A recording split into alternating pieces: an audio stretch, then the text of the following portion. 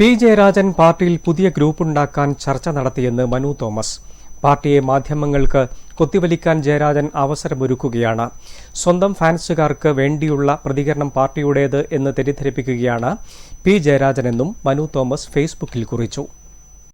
DYFI മുൻ ജില്ലാ president Manu തോമസിന്റെ വ്യാപാര ബന്ധങ്ങളടക്കം ചൂണ്ടിക്കാട്ടി പി ജയരാജൻ ഇട്ട ഫേസ്ബുക്ക് പോസ്റ്റിന് അതേ നാണയത്തിലുള്ള തിരിച്ചടിയാണ് മനു തോമസ് നൽകിയത്. പി ജയരാജൻ മാധ്യമങ്ങളിലൂടെ പാർട്ടിയെ കൊത്തിവലിക്കാൻ അവസരമുണ്ടാക്കുകയാണ് ചെയ്തതെന്ന് മനു തോമസ് കുറ്റപ്പെടുത്തി.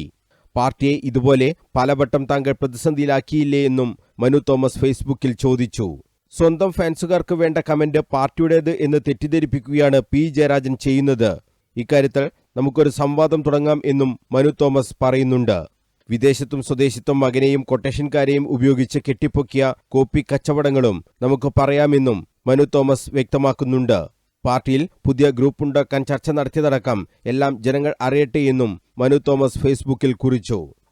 News bureau, Kannur.